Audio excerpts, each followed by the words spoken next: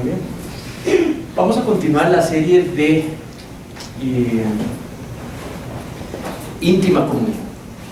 Entonces el logo allí de la serie siempre ha sido un árbol, y es porque he querido desde el puro inicio tratar de no enseñar sobre disciplinas espirituales como algo que hay que hacer, sino como algo que es un resultado de algo específicamente. Y antes de la serie de disciplinas espirituales, estuvimos en la serie sobre nuestra unión con Cristo, lo que sucede cuando el Espíritu Santo viene a morar en nuestros corazones. Y lo que dice la palabra de Dios es de que somos hechos uno con Cristo, y hay una unidad con Cristo. Y por esa unión con Cristo es de que beneficios se pueden experimentar: justificación de pecados, santificación, proceso de seguir creciendo a la imagen de Él, regeneración, redención, y vimos cada uno de esos beneficios que se disfrutan cuando el Espíritu Santo viene a morar en el corazón del creyente por medio de la fe. La fe es un instrumento para que esta unión se pueda vivir. Entonces, cuando está esta unión, es que la persona empieza a experimentar una comunión con Dios.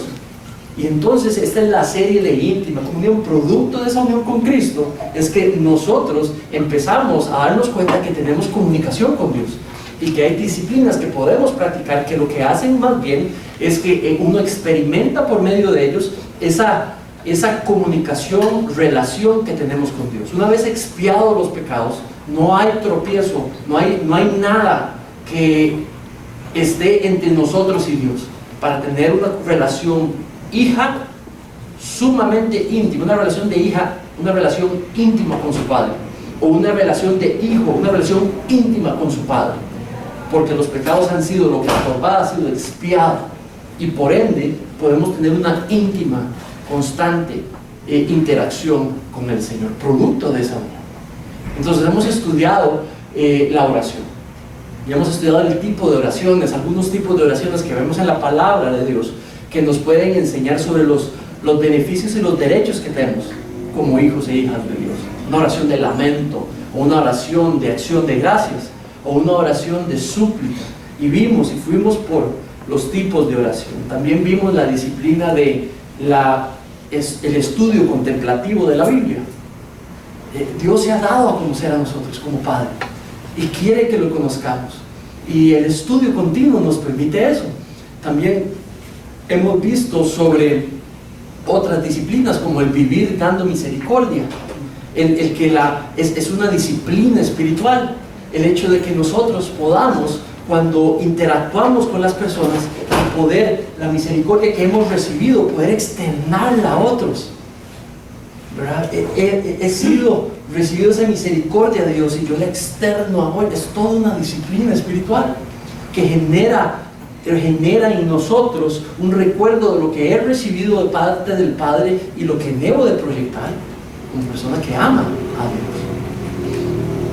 Hace unas semanas Joel nos compartía sobre la disciplina espiritual de dar, e igualmente darnos a otros es una disciplina que lo que hace es que recuerda de nuevo la gran misericordia de Dios y su provisión completa, y nosotros nos vamos a poner lo que hemos sido puestos como administradores al servicio del Señor, y es una disciplina también. Ahora, por último, estoy cerrando la serie con la disciplina espiritual de discernimiento, y la primera elección fue la semana anterior. Si usted quiere tener acceso, podemos hablar al final y puede tener acceso perfectamente a esa charla que está grabada en video. Hoy lo que quiero es aumentar el concepto sobre discernimiento. Entonces quiero pedirles si pueden abrir sus Biblias en el inicio de la Biblia, y es en capítulo 1, Génesis capítulo 1. De allí vamos a leer versículos 26 y 27.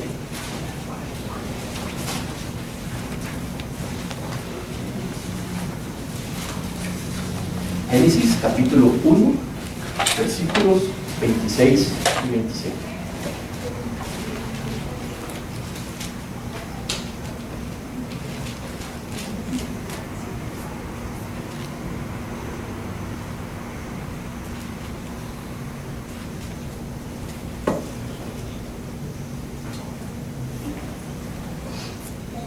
dice así: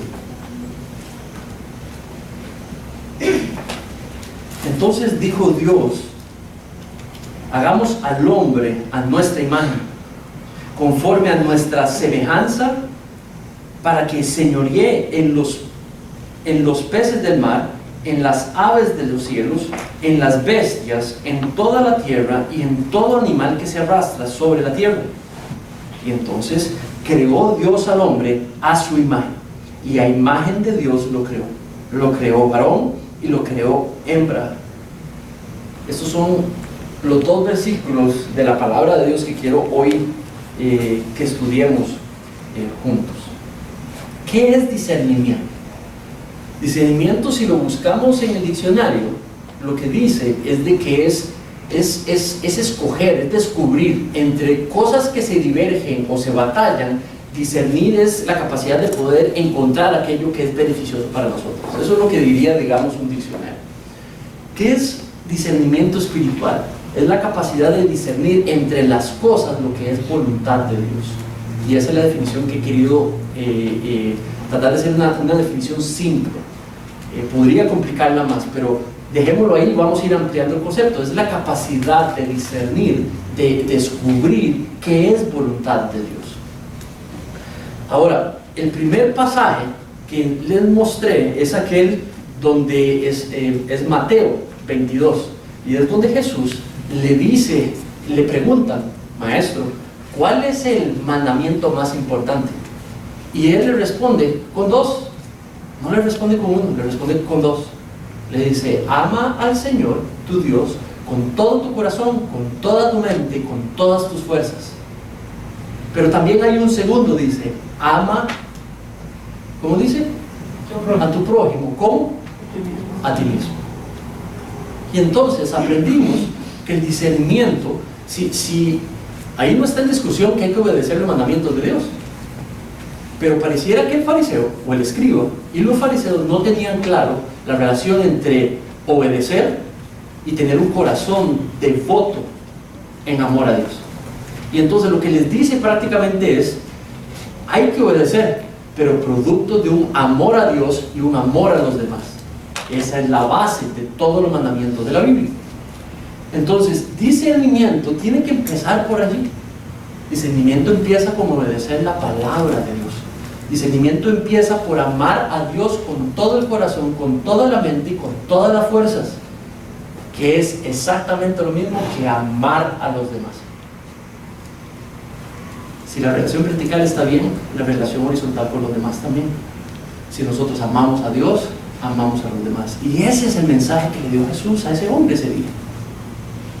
Amar a Dios es tan importante como amar a los demás. La expresión mayor de amar a Dios es amar a los demás. Discernimiento debe de comenzar allí. Entonces, el primer principio que les enseñé la semana anterior es de que discernimiento empieza obedeciendo la palabra de Dios. Es el primer principio, obedeciendo la palabra de Dios. Si hay mandatos, si hay imperativos en la palabra de Dios, son para ser obedecidos.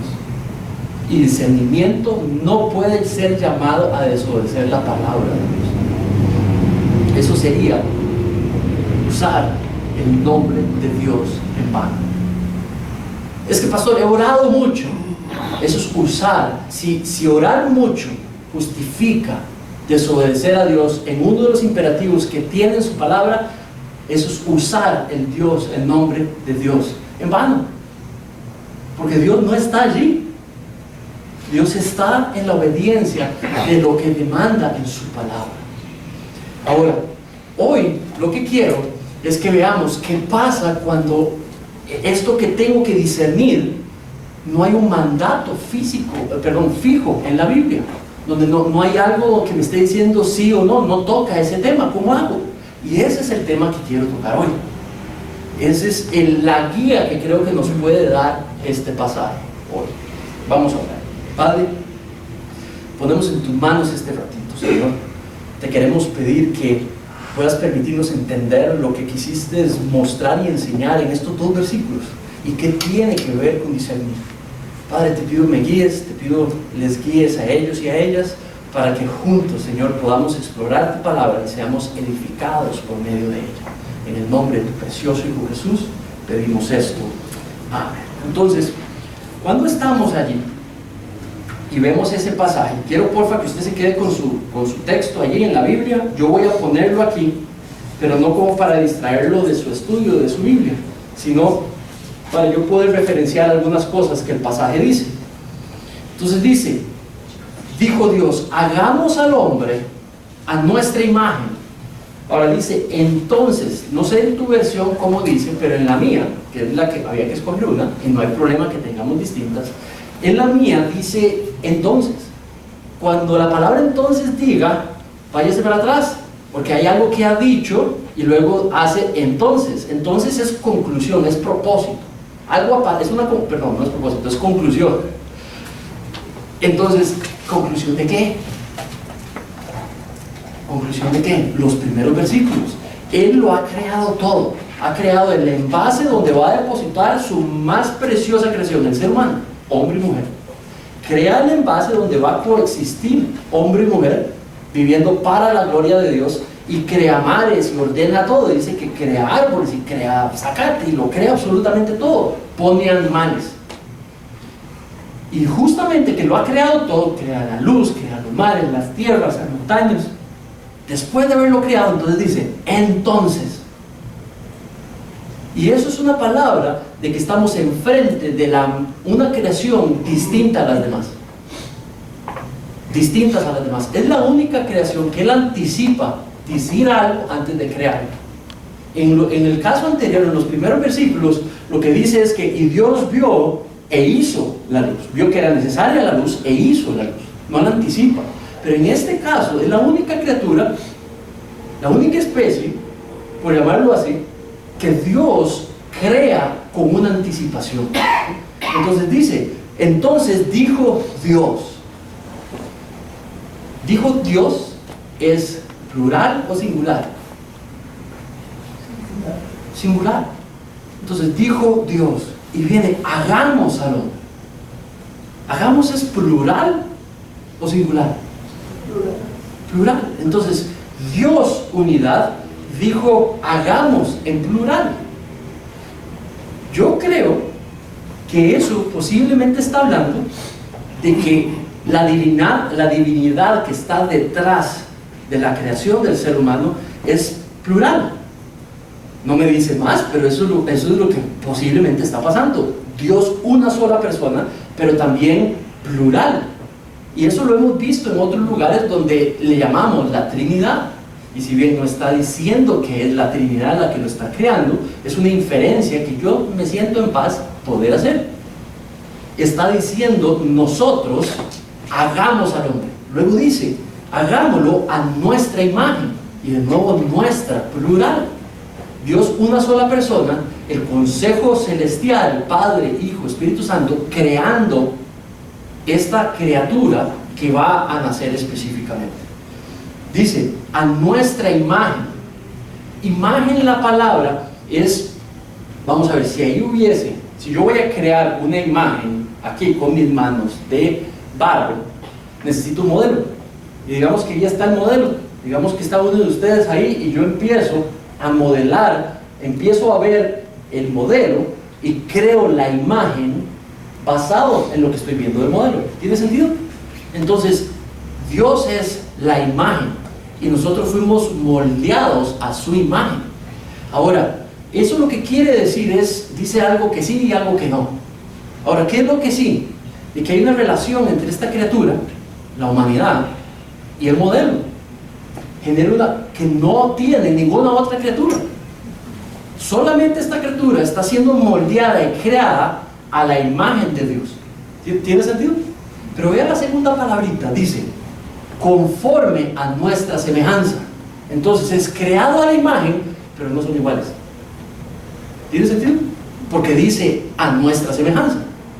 Entonces está usando, es creado, el ser humano es creado a la imagen de Dios, pero no es igual que Dios. Hay algo que Dios tiene que la criatura tiene, pero no lo tiene todo. ¿Tiene sentido? porque es creado a su imagen, es creado en su semejanza, conforme a su semejanza. Ahora, cuando me quedo allí, déjeme darle una idea. ¿Qué hace un modelo y una imagen? Inmediatamente conecta, hay una relación. ¿Para qué es creada del modelo? ¿Para qué es creada esta representación? Cuando esta representación sea llevada a distintos lugares, ¿qué es lo que la gente va a decir con respecto a la versión original? Va a dar una completa conexión. Esa versión lo que hace es que habla sobre el modelo original. Nosotros hemos sido creados, el ser humano fue creado para representar a Dios, para hablar sobre Dios. No podemos decirlo todo sobre Dios, pero fuimos creados y ensamblados para poder decir algo sobre Dios. Puestos en la tierra, entonces, la palabrita del inicio lo que quería decir es que ha sido puesto con la finalidad primaria, principal del ser humano, tuya y mía, es representar a Dios aquí en la tierra. Es decir algo sobre Dios aquí en la tierra. Para eso fuimos creados. Y dice que tanto el hombre como la mujer hacen eso, porque ambos, en igual proporción, en igual manera, dicen algo sobre Dios. ¿Quién los crió? Ahora el pasaje sigue diciendo, y señoreé. Señorear es gobernar, vivir en autoridad. El ser humano fue puesto para gobernar, para vivir en autoridad sobre todo lo que está en la tierra, de manera que represente a Dios mientras pone en práctica ese gobierno. ¿Tiene sentido? Entonces, voy a resumir. El ser humano fue creado a la imagen de Dios para representar a Dios mientras es puesto a administrar lo que Dios creó. ¿Tiene sentido? Entonces, ¿cómo eso se aplica a nosotros? Bueno, usted y yo no somos gobernadores de la tierra, ¿cierto? Pero somos administradores de nuestras vidas. Entonces, tú y yo fuimos creados a la imagen de Dios para que mientras vivimos nuestras vidas y construimos y edificamos nuestras vidas, en la manera que lo hagamos, en lo que digamos, en lo que sintamos, en lo que planificamos, en lo que, como reaccionamos, como vivimos, lo representemos a Él. ¿Tiene sentido? Muy bien.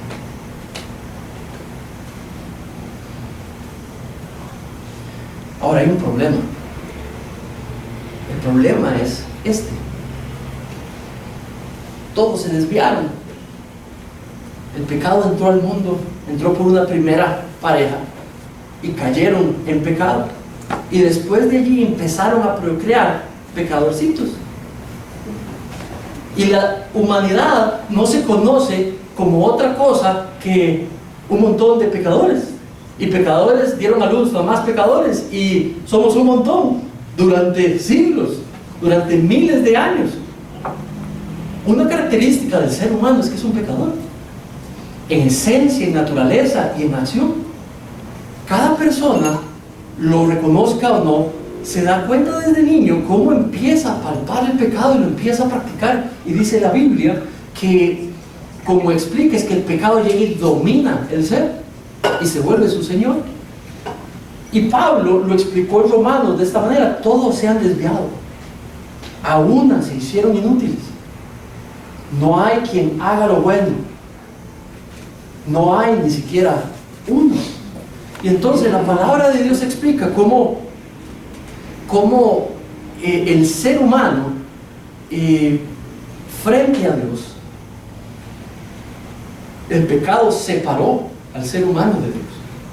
No nacemos con Dios, no nacemos vivos espiritualmente, porque la Biblia expresa que el pecado nos separó. Creados a su imagen, pero no somos capaces de poder dar una imagen fiel por el pecado de nosotros. Inclusive hoy, ya con Cristo, sigue siendo problemático el pecado para dar una imagen de Dios adecuada y fiel. También, vean lo que dice Juan 3:16: tanto amó Dios al ser humano Tanto amó Dios a aquellos a los cuales creó para que se deleitasen en Él, pero por el pecado no se pueden deleitar en Él.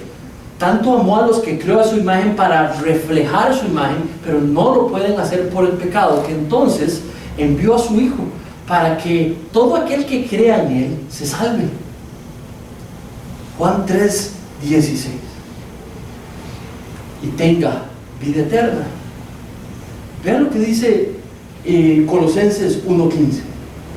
Dios es la imagen. Jesús, Él es la imagen del Dios invisible. Vean lo que he dicho hasta aquí. Los seres humanos naturales son creados para representar a Dios mientras viven administrando lo que Dios les da aquí, en esta vida. Pero no lo pueden representar fielmente. No pueden vivir de una manera de acorde a su voluntad por el pecado que hay en ellos. Entonces Dios hizo una manera para que el ser humano pueda vivir de la manera en la que puede encontrar mayor satisfacción y es deleitándose solamente en Él. Entonces lo que hizo fue que Dios juzgó el pecado y lo castigó. Y dijo que la paga es muerte. Pero Dios lo castigó sobre sí mismo. Y dice que Dios se hizo hombre y vino a habitar entre nosotros. Y cargó la culpa y el pecado para que usted y yo no tuviésemos que pagar nuestros pecados con nuestras vidas. Y Él lo castigó sobre sí mismo. ¿Y quién era ese el que vino? Vean lo que dice Colosenses 1:15. Él es la imagen, no era, sigue siendo. Cristo es la imagen del Dios invisible. ¿Qué me dice eso? Que si yo, criatura, creada a la imagen de Dios, por el pecado, no puedo representarlo bien. Dios vino en persona, la imagen real de Dios, para que yo pueda ver cómo es Dios verdaderamente y entonces lo pueda ¿qué? Copiar, emular y practicar. Cristo, dice el versículo, que del Dios invisible Él es la imagen, Él es la manera de ver a Dios, es la manera de conocer cómo es Dios. Lo que hay que hacer es póngale atención a lo que la palabra de Dios dice sobre Cristo. Y entonces conocemos la verdadera imagen. Entonces, eso quiere decir que si yo, a través de la fe, leo lo que dice la Biblia, lo que dicen otros discípulos de Cristo sobre Jesucristo, pongo mi fe en Él, ahora si bien he sido roto el dominio del pecado sobre mí, yo puedo vivir una vida. Fui diseñado para representarlo aquí mientras vivo mi vida, pero ahora tengo a Cristo, que es la imagen fiel de cómo es Dios. Entonces yo puedo vivir mi vida con Cristo como modelo para saber cómo es Dios y entonces cómo yo puedo practicar para lo que fui creado, representar fielmente a Dios. Una madre representando fielmente a Dios. Un padre representando fielmente a Dios en el trato con sus hijos. Una hija, un hijo representando fielmente a Dios en el trato a sus padres. Una persona que al decidir casarse, porque va a decidir casarse, puede representar a Dios de una manera fiel porque ahora tiene a Cristo, la imagen del Dios invisible. Es posible conocer a Dios. Cristo 100% Dios, Cristo 100% hombre. ¿Por qué? Porque 100% Dios para poder pagar por los pecados de toda la humanidad, 100% humano para poder ser una imagen visible, entendible por nosotros, para poder poner en práctica. Si hubiera sido un pez, vivir mi vida teniendo un modelo de un pez, muy raro, ¿verdad? Tenía que ser un ser humano. Tenía que ser un ser humano para que se pudiera yo saber de que Él siente lo que yo siento, sufre lo que yo sufro, pasa lo que yo paso. 100% Dios para que pueda pagar mis pecados y el de todos. 100% humano para que yo lo pueda copiar y lo pueda seguir. Pero lo más precioso de todo, y es lo que estudiamos en la unión con Cristo, y es de que por medio de nuestra fe en Él, dice que Él nos da su espíritu. La fe en que Él es Dios, que murió por nuestros pecados y que resucitó y está a la diestra del Padre. Fe en ello, dice que Él viene y nos entrega su espíritu y mora en nosotros. Entonces ahora la imagen fiel de Dios mora en nosotros. Entonces ahora fui diseñado para representar a Dios, tengo la imagen fiel de Dios morando en mi corazón. Tengo la revelación en la Escritura de la imagen fiel de Dios, de cómo Él vivió, cómo habló, cómo actuó, qué dijo. Entonces estoy capacitado, estás capacitada para vivir de una manera de acorde a la voluntad de Dios y enfrentar las decisiones que tienes que tomar en esta vida. ¿Tiene sentido eso que acabo de decir? Diseñados para representarlo, con aquel que es la imagen perfecta de Dios en nuestros corazones morando y guiando por medio del Espíritu, con la revelación de la Escritura sobre cómo fue Cristo, cómo es Cristo mientras vivió entre nosotros, y por lo tanto yo puedo enfrentar las decisiones de manera que pueda poner en práctica la voluntad de Dios. Ahora, vean lo que dice Hebreos 1:3. Dice: el cual, Cristo, siendo el resplandor de su gloria y la imagen misma de su sustancia, quien sustenta todas las cosas con la palabra de su poder, habiendo efectuado la purificación de nuestros pecados por medio de sí mismo, se sentó a la diestra de la majestad en las alturas. Creados para representarlo en todo lo que hagamos, cuando administramos lo que Dios nos ha dado a administrar. Entonces, diseñados para Él. Pero el pecado nos nubla para poder representarlo de manera fiel. Pero por ende, Cristo ahora mora en nuestros corazones y nos guía por medio de la revelación del mismo en la Biblia, pero también porque Él mora por medio de su Espíritu en nosotros. Ahora, mira lo que dice ahí. Él es el resplandor de su gloria, la imagen misma de su sustancia, y dice que nos sustenta a todos. Mientras tú y yo hacemos esto por medio de la fe, Cristo está en autoridad sobre todo, incluso el diablo, incluso el mal. Mientras vivimos para representarlo de manera fiel, Cristo está en autoridad sobre todo. Él vivió para esto entre nosotros, para que podamos vivir para su gloria, para que podamos mostrar por medio de su presencia en nosotros su gloria. Y mientras lo hacemos y nos batallamos con aquellos estorbos que hay en la vida, o con aquellas personas que no tratan de que más bien nosotros no glorifiquemos a Dios, Él está en autoridad sobre todo, toda situación, toda decisión, todo aspecto de nuestras vidas. Y esa es la seguridad preciosa en la que vivimos.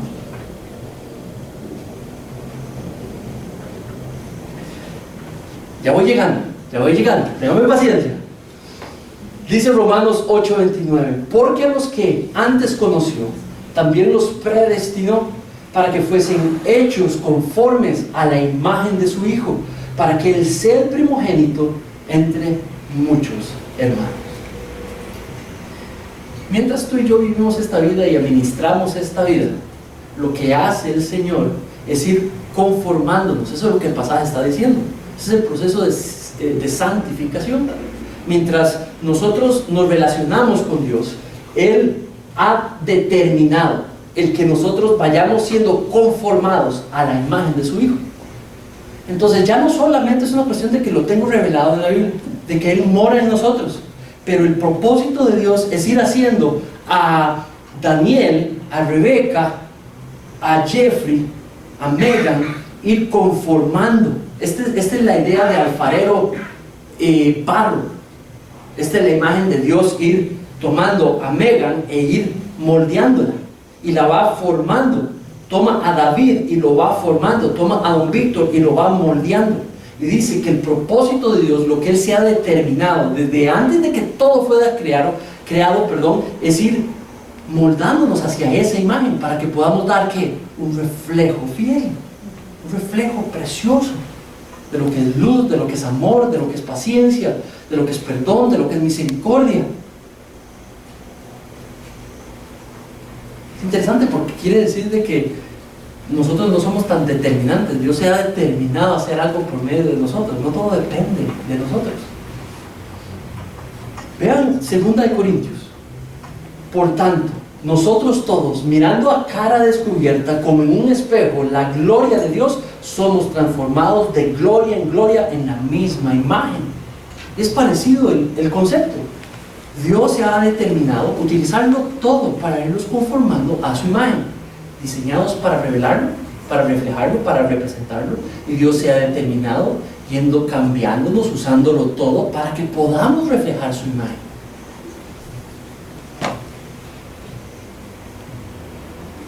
Colosenses, y revestido de nuevo, el cual conforme a la imagen del que lo creó, se va renovando hasta el conocimiento pleno. Lo que habla Colosenses es de que toma la palabra de Dios para ir quitando y poniendo, para ir conformando el ser, para ir llevándolo por medio de la renovación de la mente. Utiliza el conocimiento para ir renovando la mente que le cuesta reflejar a Dios, para ir maleándola, para ir cambiándola para que ésta sea un reflejo pleno. La semana anterior yo les expresaba de que la palabra de Dios es crucial. Dice que ella es hábil, es útil para enseñarnos, para confrontarnos. La palabra de Dios también habla de que es como una espada que corta, quita y va formando el ser para que pueda reflejar el propósito que Dios tenía, su imagen. Entonces, el estudio de la palabra de Dios es crucial, no unos pedacitos de la Biblia, toda la Biblia. Reunirnos aquí para ver siempre los mismos versículos o solamente las partes que más nos gustan, los preferidos, no tiene sentido. La Biblia completa es la que es diseñada para hacer eso. Entonces la comunidad cristiana debe estar metida en el estudio de la palabra de Dios, porque eso lo que hace es que nos va preparando para poder nosotros reflejar a Dios como Él tiene el propósito que lo hagamos. Si pues coméis o bebéis o hacéis otra cosa, hacedlo para la gloria de Dios. Entonces, ¿y ahora qué quiere decir Manri con todo esto? ¿Y qué tiene que ver todo esto con discernimiento? Bueno, discernimiento es la acción de una persona, de una mujer, de un hombre que han sido conformados a la imagen de Dios para representarlo. Entonces, discernimiento, mientras tiene a Cristo morando en su corazón, él puede, mientras tiene el propósito de Dios de haberse determinado ir conformándose a su imagen, entonces cuando él o ella va a practicar discernimiento, es la expresión de la voluntad de Dios. Hemos sido habilitados para poder discernir lo que es voluntad de Dios, diseñados para reflejar su imagen. Con Cristo, la imagen perfecta, morando en nosotros. Con la Escritura que revela completamente cómo fue nuestro Señor Jesucristo mientras vivió aquí, por lo tanto lo podemos copiar. Por lo tanto, discernimiento tiene que decir todo eso. El resultado de discernimiento no puede ser tu opinión o mi opinión. El resultado de discernimiento es como Cristo piensa, lo que revela la imagen de Dios, lo que Dios ha revelado, cómo Él es y cómo piensa y cómo desea y qué le gusta y qué no le gusta. Discernimiento no es, de nuevo mis hermanos, no es tu opinión, no es mi opinión. Discernimiento es la capacidad de poner en práctica para lo que fuimos diseñados, discernir la voluntad de Dios. Y ahora tenemos el habilitamiento perfecto. Dios ha determinado de ir moldeándonos para que podamos, en cada uno de nuestros roles, podamos mostrarlo a Él. Muy bien. Entonces, discernimiento lo que busca es decir algo sobre Dios. Cuando tenemos una situación específica en nuestras vidas y venimos al Padre para pedirle discernimiento, lo primero que tenemos que entender es de que el Padre quiere que tomemos decisiones. Tenemos libertad de construir nuestras vidas y por medio de ello nosotros tomar decisiones. Pero el propósito, la manera de guiarnos hacia lo que es discernimiento espiritual es pensar en representarlo de una manera fiel con lo que decidimos, con lo que hacemos.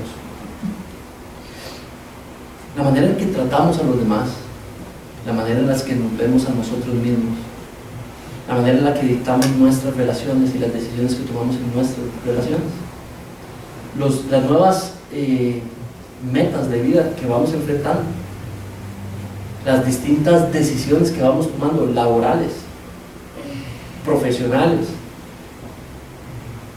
relación personal con Dios. Fuimos creados para realizar una imagen, alguien creado a una imagen que está completamente distante de la imagen. ¿Qué reflejo, verdad? Yo quiero que vean, ahí está Dios, y yo soy creado a su imagen. ¿Qué reflejo les doy a ustedes si estoy a esta distancia? ¿Qué reflejo les doy a ustedes si estoy a esta distancia? ¿Y qué reflejo les doy a ustedes sobre Dios si estoy por allá? La manera de reflejar a Dios es en una íntima comunión con Dios. Entre más cerca del espejo, usted puede ver bien la imagen, ¿cierto? Si estoy lejísimo del espejo, la imagen se distorsiona. Es una íntima comunión con Dios que nos permite dar el mejor tipo de discernimiento, el discernimiento de lo que es fiel. Por lo tanto, la comunión, la íntima comunión, es algo vital para que nosotros, es de esa comunión que podemos discernir lo que es verdad o no, lo que me conviene o no me conviene. Voy a dar dos ejemplos pequeñitos, me quedan como 12 minutos. Sí, como 12 minutos. Entonces, quiero por favor que veamos dos ejemplos en la Biblia de discernimiento cuando no había un mandato específico que permitiese escoger qué hacer. Por favor, todos vayan. El primero, digamos, a Pablo le mandaron una pregunta. A Pablo le preguntaron lo siguiente: ¿es permitido que una persona, una mujer que haya enviudado, casarse de nuevo? ¿Ok? Allí, la próxima semana voy a tocar el tema puramente de cómo escoger, cómo casarse o no casarse, y cómo escoger la persona. Ustedes me están haciendo ojos, con mucho gusto. Así que voy a empezar hoy, vamos a empezar hoy. Así que por favor váyanse a 1 Corintios.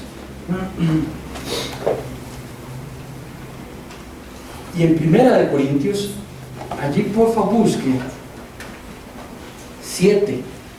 1 Corintios capítulo 7.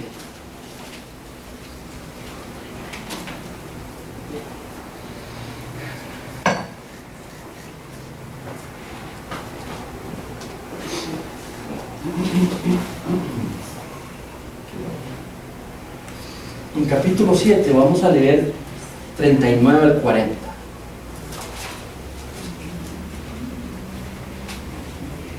Y dice así: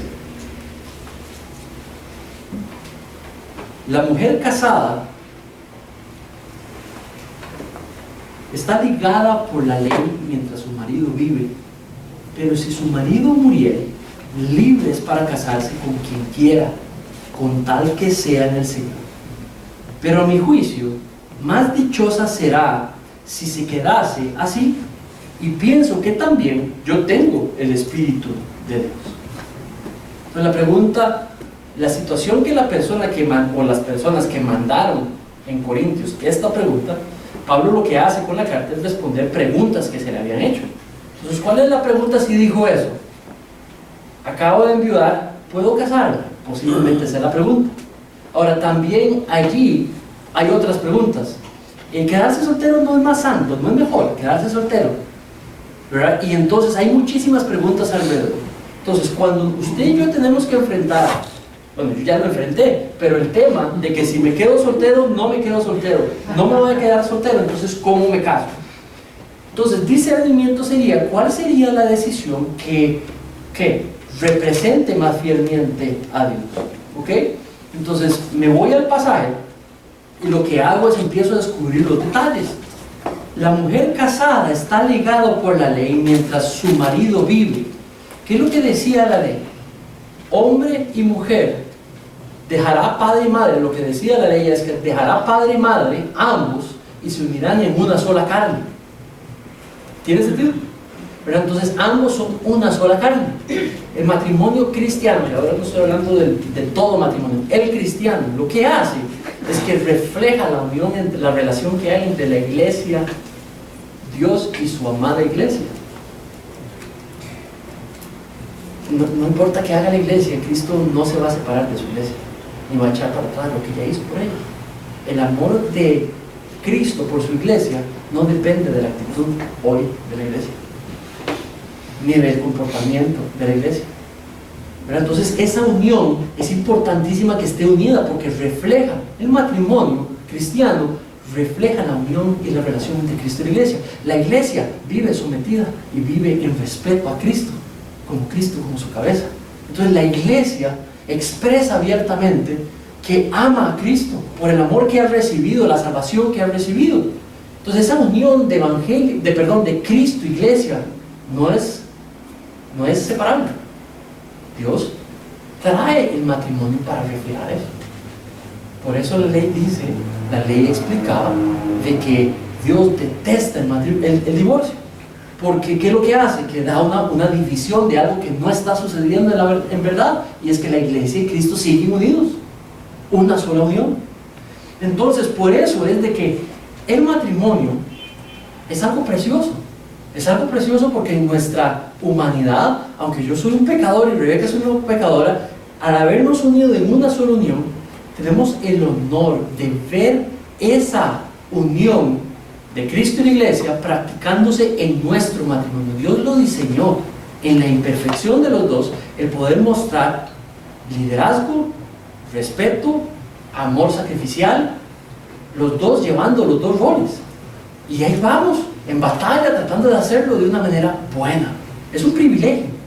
Por lo tanto, cuando hablamos de casarse, tienes que tener claro que es el honor de venir la esposa a dar testimonio de cómo se comporta la iglesia para con Cristo, y de Cristo, el esposo, emulando el tipo de amor que Cristo da a su iglesia. Por lo tanto, el versículo me dice, por eso es que dice, la mujer casada está ligada por la ley mientras su marido vive. ¿Y qué? ¿Y el marido? También. El marido está ligado a la mujer mientras la mujer viva. Pero vean lo que dice: pero si su marido muriere, libre es para casarse con quien quiera. La semana anterior les expliqué sobre esta teoría de que está el plan soberano de Dios, está la ley moral de Dios, y está el plan especial que Dios tiene para cada uno de nosotros, plan individual para cada uno de nosotros. Creo que eso no es bíblico. Es que Dios tiene un plan para mí, ideal, personal, para mí. Creo que eso no es bíblico. En la Biblia lo que vemos es el plan soberano de Dios. No lo conocemos en toda su plenitud, pero Él ha revelado lo que es su ley moral. Entonces lo que nos pide es vivir en los límites de la ley moral, sin irrespetarlo. Eso es lo que nos pide. Entonces esto del plan individual para cada uno de nosotros, lo que ha hecho es confundir tremendamente a la gente, pensando de que hay una persona ideal para mí y yo tengo que pegarla. ¿Cuántas posibles posibilidades? Hay una esposa para mí. Yo espero estar en el país correcto. ¿Me explico? Otra confusión que genera: ¿y qué pasa si no es tan linda y tan bonita? Y una vez que te cases y no te trata como vos, como debería de ser la persona que dice aquí la Biblia se debiera comportar, entonces empiezan las dudas. Tal vez la persona que tengo enfrente mío no era la que Dios tenía para mí. Y no vemos eso. O sea, eso es una maquinación, digamos, es una posición muy tradicional, está muy arraigada en nosotros. Usted y yo, de alguna manera, pareciera que el trabajo, tengo que escoger la profesión que Dios quiere que yo escoja, y se vuelve determinístico sobre nuestros planes y decisiones y la vida de vivir. Y esa filosofía en realidad no está determinada por ninguna instrucción específica en la Biblia. Lo que hay es un plan soberano de Dios, lo cual usted y yo no podemos determinar al 100%. Dios dio a conocer su ley moral, aquello que representa el comportamiento de cómo Él es en carácter.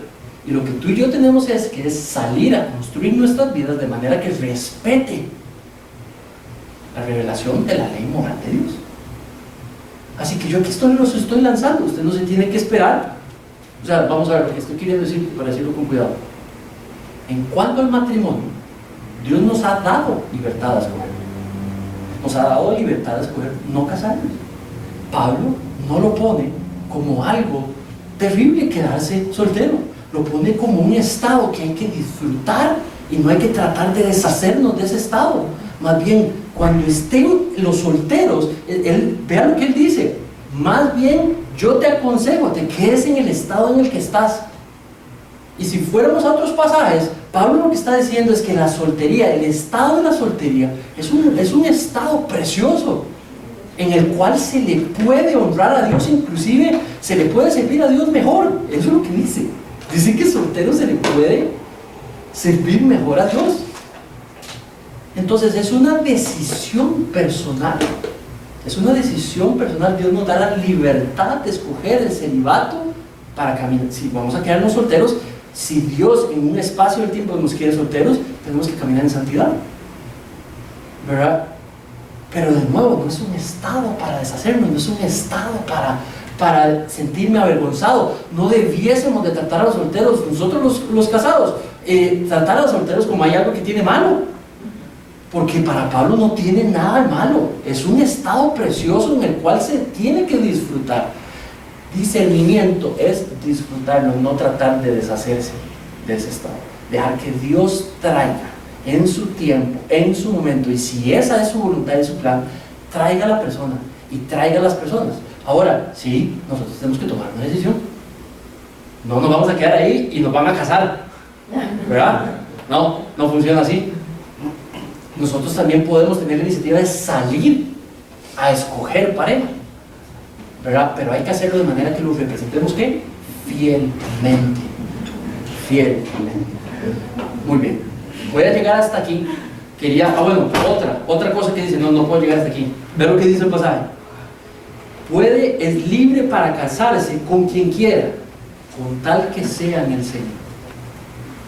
En el Señor, 95% de probabilidad de lo que quiere decir es un creyente en Jesucristo como Señor. Es un creyente de que Cristo es Dios y que murió para nuestra salvación, para pagar por nuestros pecados, y que vive como Cristo como Señor. ¿Tiene sentido? Como Cristo como cabeza. Ese es el primer acto de discernimiento en este pasaje. El cristiano y la cristiana están llamados a escoger un hombre o a escoger una mujer que entiende lo que es el matrimonio, el propósito del matrimonio, y es emular la relación que hay entre Cristo y su iglesia. Entonces, una mujer que no tiene vergüenza, no tiene ningún problema con tomar su rol para representar en su relación la iglesia, y un hombre que no tiene ningún problema y que tiene la iniciativa para amar como Cristo ama a la iglesia. Y si los dos entienden esto, Dios va a bendecir esa unión y van a poder ejemplificar lo que más quería Dios. O sea, yo creo que no hay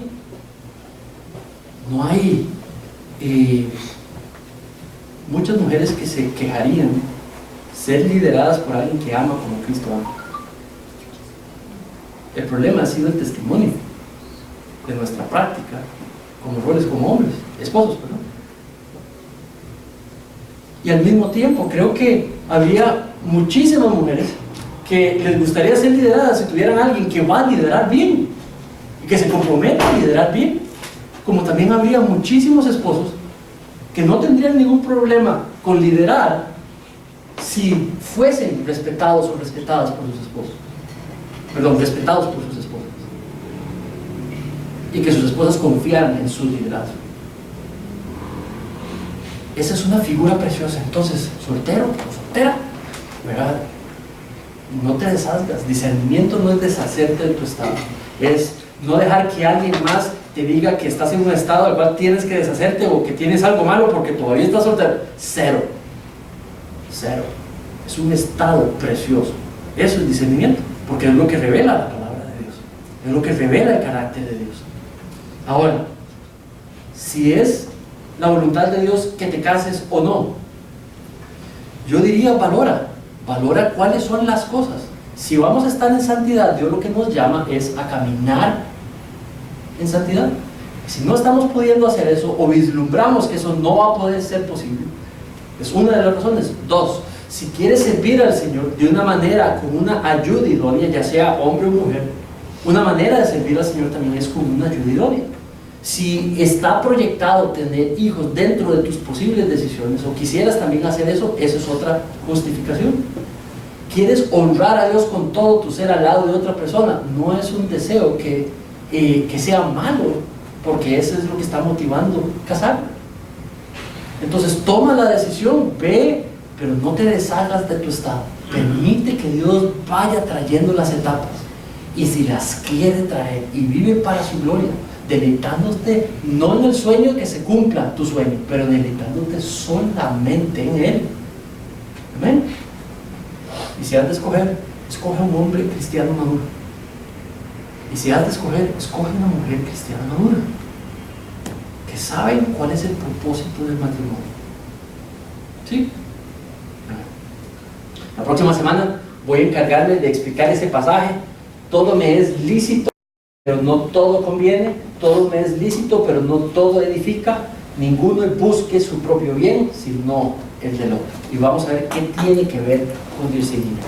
¿Sí? ¿Tiene sentido? Muy bien, vamos a ver. Padre, te damos gracias, Señor.